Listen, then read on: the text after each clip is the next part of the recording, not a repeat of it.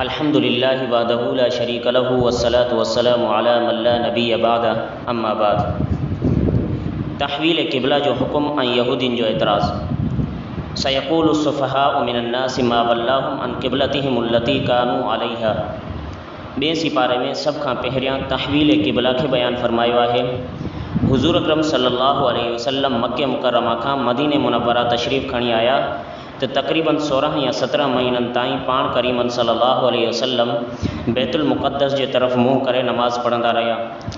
पर पाण करीमन सल्लल्लाहु अलैहि वसल्लम जी आरज़ू हुई तो हज़रत इब्राहिम अलैहिस्सलातु वस्सलाम ऐं हज़रत इस्माइल अलैहिस्सलातु वस्सलाम जेके पाण करीमन सल्लल्लाहु अलैहि वसल्लम जा जद्द अमजद आहिनि, उन्हनि जे ठाहियल काबे जे तरफ़ मुँह करे नमाज़ अदा कनि। तंहिं करे अल्लाह ताला ही हुकुम नाज़िल फरमायो, फ़वल्लि वजहक शत्रुल मस्जिदिल हराम। इन हुकुम जे नाज़िल थियण ते यहूदी पाण सल्लल्लाहु अलैहि वसल्लम ते एतराज़ करण लॻा त हीउ कहिड़ो पैगम्बर आहे जो कॾहिं क़िबलो बैतुल मुक़द्दस खे बणाए थो ऐं कॾहिं बैतुल्लाह खे। त अॻिए आयत में अल्लाह ताला यहूदीन जे इन एतराज़ खे ख़त्म फरमायो। अल्लाह ताला फरमायो तो कुल लिल्लाहिल मशरिक़ वल मग़रिब यहदी मन यशाउ इला सिरातिम मुस्तक़ीम। अल्लाह ताला जवाब ॾिनो त ए पैगम्बर सल्लल्लाहु अलैहि वसल्लम तव्हांखे न ॿुधायो त मशरिक़ मग़रिब सभु अल्लाह ताला जा ई पैदा कयल आहिनि। अॻिते अल्लाह तबारक व ताला बैसत नबी जा मक़सद बयानु कया। कमा अरसलना फ़ीकुम रसूलन मिनकुम यतलू अलैकुम आयातिना व युज़क्कीकुम व युअल्लिमुकुमुल किताब वल हिकमा व युअल्लिमुकुम मा लम तकूनू तालमून। हिन मक़ाम ते हुज़ूर सल्लल्लाहु अलैहि वसल्लम खे मोकिलण जा बुनियादी तौर ते 4 मक़सद अल्लाह ताला बयानु कया आहिनि। पहिरियों मक़सद आयतुनि जी तिलावत, ॿियो मक़सद तज़किया नफ़्स, टियों मक़सद किताब जी तालीम ऐं चौथों मक़सद हिकमत जी तालीम आहे। इहो ई मफ़हूम क़ुरान करीम जे मुख़्तलिफ़ मक़ामात ते बयानु कयो वियो आहे। शआइर इस्लाम, इन्न सफ़ा वल मरवत मिन शआइरिल्लाह फ़मन हज्जल बैत अव इतमरा फ़ला जुनाह अलैहि अन यतव्वफ़ बिहिमा। ज़माने जाहिलियत में सफ़ा ऐं मरवा जबल ते बुत रखियल हुआ, तंहिं करे मुसलमान उन जे तवाफ़ खां बचंदा हुआ। उन शुबे खे दूर कंदे फरमायो सफ़ा ऐं मरवा जी साई शआइर इस्लाम मंझां आहे, तंहिं करे उन जे तवाफ़ में को हर्ज न आहे। हज ऐं उम्रे जी तफ़सीली अहकामनि जे लाइ हज़रत उस्ताद मोहतरम मौलाना मोहम्मद इलियास घुमन साहब जी किताब हज ऐं उम्रे जो मुतालो फरमाईंदा। अॻिते अल्लाह ताला 4 शयुनि जी हुरमत जो बयानु फरमायो आहे। इन्नमा हर्रम अलैकुमुल मैतत वद्दम वलहमल खिंज़ीर वमा उहिल्ल बिही लिग़ैरिल्लाह। मुशरिक पंहिंजे तरफ़ खां कुझु शयुनि खे हलाल चवंदा हुआ ऐं कुझु शयुनि खे हराम। हिते उन्हनि जी तरदीद फरमाई त जिन शयुनि खे अल्लाह ताला हराम करार ॾिनो आहे उहे हराम आहिनि ऐं उहे 4 शयूं आहिनि। नंबर 1 मुर्दार, नंबर 2 वहंदड़ रत, नंबर 3 खिंज़ीर, नंबर 4 उहो जानवर जंहिं ते ग़ैरुल्लाह जो नालो वरितो वियो हुजे। पोइ अल्लाह ताला हिन सिपारे में कई अहकाम तफ़सील सां बयानु फरमाया आहिनि। अॻिते अल्लाह ताला क़िसास वठण जो फ़ाइदो बयानु कयो। वलकुम फ़िल क़िसास हयातुन या उलिल अलबाब लअल्लकुम तत्तक़ून। क़िसास जो मसलो बयानु कयो आहे ऐं जेकॾहिं क़िसास जे मसइले ते अमल दरामद हुजे त तव्हां यकीन कयो इन में क़ातिल ऐं मक़तूल ॿिन्ही जी ज़िंदगी आहे। हिन नमूने जो जॾहिं क़ातिल खे पंहिंजी सज़ा जो यकीन हूंदो त उहो क़त्ल खां पासो कंदो, इन्ही सां मक़तूल बि बची वेंदो ऐं क़ातिल बि बची वेंदो। अॻिते अल्लाह ताला वसीयत जो बयानु कयो। कुतिबा अलैकुम इज़ा हज़र अहदकुमुल मौत इन तरक खैरनिल वसीयतु लिल वालिदैनि वल अक़रबीन बिल मारूफ़ हक़्क़न अलल मुत्तक़ीन। हिन आयत में वसीयत जो हुकुम बयानु कयो वियो आहे त मरण वारो मरण खां पहिरियां वालिदैन ऐं ॿियनि रिश्तेदारनि लाइ वसीयत करे कंहिंखे केतिरो हिसो मिलंदो। हिन आयत जे नाज़िल थियण खां पहिरियां वारिसनि जा हिसा बि मुक़ररु थियल न हुया ऐं मरण वारे जो सॼो माल पुटनि खे मिलंदो हो। इन आयत में इहो हुकुम ॾिनो वियो आहे त वालिदैन ऐं रिश्तेदारनि लाइ वसीयत कजे। पोइ जॾहिं सूरत निसा में अल्लाह ताला वारिसनि लाइ हिसा मुक़ररु करे छॾिया त हिन आयत जी फ़र्ज़ियत ख़तमु थी वई। हा, हाणे बि अगरि कोई माण्हू वारिसनि खां अलावा कंहिंजे लाइ वसीयत करे त 3 हिसे जी वसीयत करे सघे थो, यानी पंहिंजे मुकमल माल मंझां टे हिस्से जी वसियत करे सघे थो, इन खां वधीक वसियत करणु जाइज़ न आहे। रोज़े जो फ़र्ज़ हुजणु, या अय्युहल्लज़ीना आमनू कुतिबा अलैकुमुस्सियाम कमा कुतिबा अलल्लज़ीना मिन क़ब्लिकुम लअल्लकुम तत्तक़ून। हिते रोज़नि जी फ़र्ज़ियत ऐं रोज़नि जे अहकाम ऐं मसइलनि खे तफ़सील सां बयानु फ़रमायो वियो आहे। रोज़ो दीन इस्लाम जी बुनियादी रुकननि मां हिकु रुकन आहे। हीअ हिकु अहिड़ी इबादत आहे जेका तमामु पोयनि शरीयतनि जे मुवाफ़िक़ आहे, सिर्फ़ु उम्मत मुहम्मदीअ सां ख़ासि न आहे। रोज़े जी शरई तारीफ़ हीअ आहे त रोज़े जी नीयत सां गॾु सुबुह सादिक़ खां सिजु लहण ताईं खाइणु पीअणु ऐं हमबिस्तरी खां रुकजणु। जेकॾहिं कंहिं सिजु लहण खां 1 मिंट बि पहिरियां इफ़्तार करे छॾी त रोज़ो न थींदो। रोज़ो हिकु अहिड़ी इबादत आहे जो पानो उन जे करे जल्दी तक़वा जी नेमत हासिल करे वठंदो आहे। पोइ अॻिते मुसाफ़िर मरीज़ जे लाइ रमज़ान में रोज़ा रखणु न रखणु ऐं फ़िदीअ जे मुतालिक़ अहकामनि खे बयानु फ़रमायो वियो आहे। अॻिते अल्लाह तबारक व तआला रमज़ान जे महीने जी फ़ज़ीलत बयानु फ़रमाई। शहरु रमज़ान अल्लज़ी उनज़िल फ़ीहिल क़ुरआन हुदल लिन्नासी व बय्यिनातिम मिनल हुदा वल फ़ुरक़ान। जंहिं जाइ ते रमज़ान मुबारक जा रोज़ा फ़र्ज़ आहिनि, उते हिकु फ़ज़ीलत हीअ बि आहे त क़ुरान करीम हिन मुबारक महीने में नाज़िल कयो वियो आहे। ॾींहं जो मोमिन रोज़ो रखंदो आहे ऐं राति जो क़ुरान जो कारी, क़ुरान जो हाफ़िज़ तरावीह जे 20 रकातनि में क़ुरान करीम जी तिलावत कंदो आहे ऐं ग़ैर हाफ़िज़ क़ुरान करीम खे ॿुधंदो आहे। इन जे लाइ हिन मुबारक महीने में घणे खां घणो क़ुरान करीम जी तिलावत जो इहतमाम करणु घुरिजे। ख़ुदा ताला जी शफ़क़त, व इदा सअलक इबादी अन्नी फ़इन्नी क़रीब उजीबु दाअवत दाई इदा दआन फलयस्तजीबू ली वलयुमिनू बी लअल्लकुम यरशुदून। गुज़िरियल आयतनि में रोज़नि जो ज़िक्र हुयो। हिन आयत खां पोइ वरी रोज़नि ऐं एतिकाफ़ जो ज़िक्र थींदो। त हिन आयत में अल्लाह ताला पंहिंजी शफ़क़त ऐं महिरबानी जो ज़िक्र फ़रमाए रहियो आहे त ए मुंहिंजा बानो, मूं जेके तव्हांखे अहकाम ॾिना आहिनि, जेकॾहिं उन्हनि जी तामील करण में थोरी घणी मुशक़त महसूसु थिए थी, पोइ बि का ॻाल्हि न आहे। मां तव्हांखे तमामु घणो वेझो आहियां। मूंखां घुरंदा कयो, मां दुआऊं क़बूल कंदो आहियां ऐं अल्लाह ताला वेझो आहे। उन मां मालूम इहो थियो त दुआ आहिस्ते घुरणु घुरिजे। हीअ ॻाल्हि बि वाज़े थी वई त अल्लाह ताला सिर्फ़ु अर्श ते न आहे, बल्कि अल्लाह ताला हर जॻह बिला मकान मौजूदु आहे। हिन आयत मां इशारतन मालूम थियो आहे त रोज़े खां पोइ ख़ासि करे इफ़्तार जे वक़्तु दुआ क़बूल थींदी आहे। इन करे उन वक़्तु भरपूर दुआउनि जो इहतमाम करणु घुरिजे। अॻिते अल्लाह ताला एतिकाफ़ वारनि जो बयानु फ़रमायो, व अंतुम आकिफ़ून फ़िल मसाजिद तिल्का हुदूदुल्लाहि फ़ला तक़रबूहा। रमज़ान मुबारक जी पछाड़ी वारे ॾहाके में एतिकाफ़ करणु, एतिकाफ़ सुन्नत मौक़िदा आहे। मर्द मस्जिद में एतिकाफ़ कंदा, अहिड़ी मस्जिद जिते 5 वक़्त बाजमात नमाज़ थींदी हुजे, जॾहिं त औरतूं घर में मख़सूस जॻहनि में एतिकाफ़ कनि।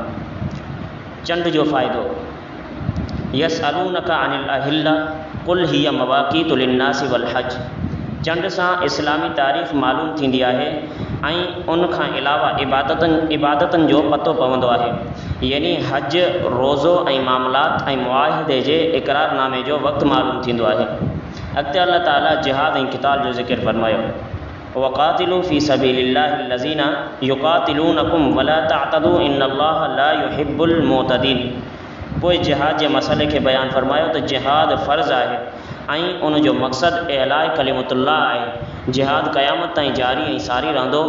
हाणे हिते हीअ ॻाल्हि ज़हन नशीन फ़रमायो त शरीयत जी इस्लाह में जिहाद नालो आहे क़िताल फ़ी सबीलिल्लाह जो। अगरि कंहिं ॿिए हुकुम शरी जे मथां जिहाद जो लफ़्ज़ इस्तेमालु थियो आहे त उहो लुग़त जे एतबार सां आहे, शरई इस्लाह में उहो न आहे। मुजाहिदनि खे ॿियनि तमामु आमाल करण वारनि ते फ़ज़ीलत अता फ़रमाई आहे। जिहाद तमामु अज़ीम, मुबारक ऐं मुक़द्दस अमल आहे।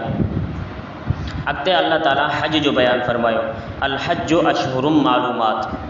हज इस्लाम जे बुनियादी रुकननि मंझां हिकु अहम रुकन आहे। हज में 2 रुकन फ़र्ज़ आहिनि, हिकु वक़ूफ़ अरफ़ा, ॿियो तवाफ़ ज़ियारत। 5 ॾींहंनि में 5 जॻहनि ते 7 इबादतूं करण खे हज चवंदा आहिनि। हज जा 5 ॾींहं ही आहिनि, 8, 9, 10, 11 ऐं 12। ज़ुल्हज जूं 5 जॻहूं ही आहिनि, बैतुल्ला, सफ़ा मरवा, मिना मुज़दलिफ़ा, अरफ़ात। हज जूं 7 इबादतूं ही आहिनि: इहराम, तवाफ़, सई, वक़ूफ़, रमी, क़ुर्बानी ऐं हलक़ या कसर। हज ऐं उम्रे जा मसाइल, फ़ज़ाइल ऐं तरीक़ो मालूम करण जे लाइ हज़रत उस्ताद मोहतरम मौलाना मोहम्मद इलियास घुमन साहब जी किताब हज ऐं उम्रे जो मुलाहिज़ो फ़रमायो। अॻिते अल्लाह ताला मुर्तदीन माण्हुनि जो ज़िक्र फ़रमायो, जेके माण्हू इस्लाम में अची वरी इस्लाम खां ॿाहिरि निकिरी वेंदा आहिनि, ग़ैर मुस्लिम थी वेंदा आहिनि, उन्हनि जी सज़ा जो अल्लाह ताला बयानु फ़रमायो। वमन यर्तदिद मिनकुम अन दीनिही फयमुत वहुव काफ़िरुन फउलाइका हबितत अमालुहुम फिद दुनिया वल आखिरा व उलाइका अस्हाबुन नारि हुम फीहा ख़ालिदून। पोइ मुर्तदीन जी सज़ा खे बयानु फ़रमायो। जेको शख़्स मोमिन हुजे ऐं पोइ उहो ईमान खे छॾे मुर्तद थी वञे ऐं सम्झाइण जे बावजूद बि बाज़ न अचे त उन जा समूरा आमाल ज़ाया थी वेंदा आहिनि ऐं उहो क़तल ऐं हमेशह जे लाइ जहन्नम जो मुस्तहिक़ बणिजी वेंदो आहे। लेकिन हिते ही ॻाल्हि बि ज़हन नशीन फ़रमायो त मुर्तद खे सज़ा ॾियणु हर माण्हू जे इख़्तियार में नाहे त जंहिंजी दिलि घुरे उहो उथी करे मुर्तद खे क़तल करे, बल्कि इहो हुकूमत वक़्त जो कमु आहे। हालत हैज़ में जिमा जो हुकुम। वयसअलूनका अनिल महीज़ कुल हुवा अज़न फ़अतज़िलुन निसाअ फ़िल महीज़ वला तक़रबूहुन्न हत्ता यतहुरन फ़इज़ा ततहरन फ़अतूहुन्न मिन हैसु अमरकुमुल्लाह। औरत सां हालत हैज़ में हम बिस्तरी करणु नाजाइज़ ऐं हराम आहे। हिते ही ॻाल्हि ज़हन नशीन फ़रमायो त औरत खे हर महीने जेको माहवारी जो खून ईंदो आहे उनखे हैज़ चइबो आहे ऐं ॿार जी विलादत खां पोइ जेको खून ईंदो आहे उनखे निफ़ास चइबो आहे। क़ुरान करीम में हालत हैज़ में घर वारी सां हम बिस्तर थियणु मना फ़रमायो आहे ऐं क़ुरान करीम में हालत निफ़ास में औरत सां हम बिस्तरी करण खां मना जो ज़िक्र त न आहे, पर हालत निफ़ास में हम बिस्तरी अहिड़ी तरह हराम आहे जहिड़ी तरह हालत हैज़ में हराम आहे।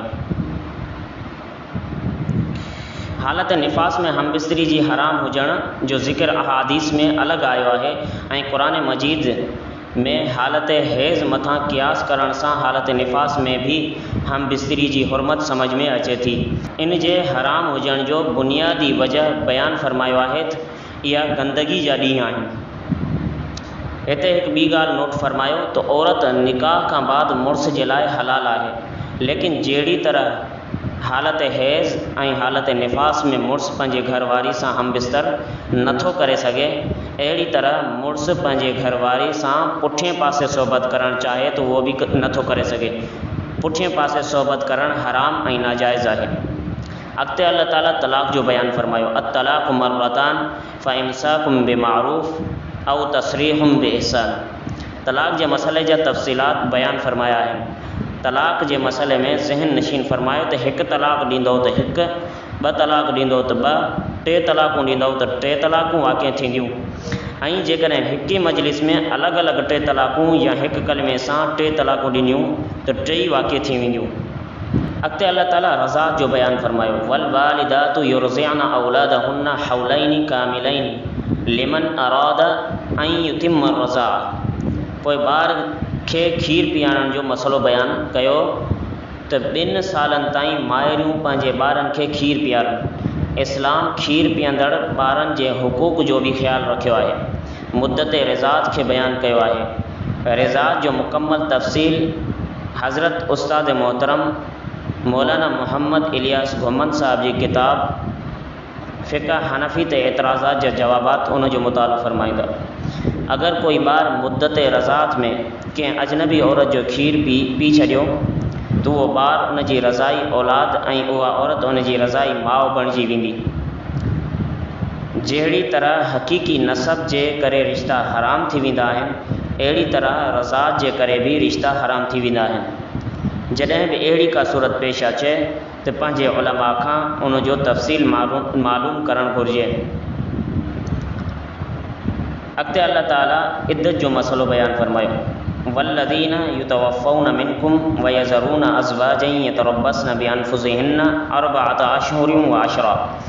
पोइ इद्दत जे मसइले खे बयानु फ़रमायो त जेकॾहिं कंहिं औरत खे तलाक़ थी वञे या उनजो मुड़ुसु फ़ौत थी वञे त उन्हनि ॿिन्ही सूरतुनि में औरत जे मथां इद्दत लाज़िम आहे।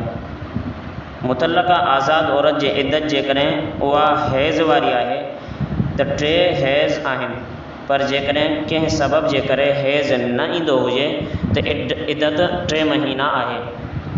ऐं जेकॾहिं हामिला आहे त उन जी इद्दत वज़ाए हमल यानी ॿार जो ॼणणु आहे। जॾहिं वज़ाए हमल थी वेंदो त उन खां पोइ उन जी इद्दत ख़तमु थी वेंदी। बेवा औरत जी इद्दत जेकॾहिं औरत हामिल न हुजे त 4 महीना 10 ॾींहं आहे। ऐं जेकॾहिं हमल सां आहे त इद्दत सिर्फ़ु वज़ाए हमल आहे। इद्दत जे ज़माने में निकाह जो पैगाम ॾियणु। अल्लाह ताला क़ुरान मजीद में फ़रमाए तो वला जुनाह अलैकुम फ़ीमा अर्रस्तुम बिही मिन ख़ितबतिन निसाई औ अकनंतुम फ़ी अनफुसिकुम। जेकॾहिं काई औरत इद्दत में हुजे त उनखे वाज़े अल्फाज़ में पैगाम निकाह न ॾिनो वञे।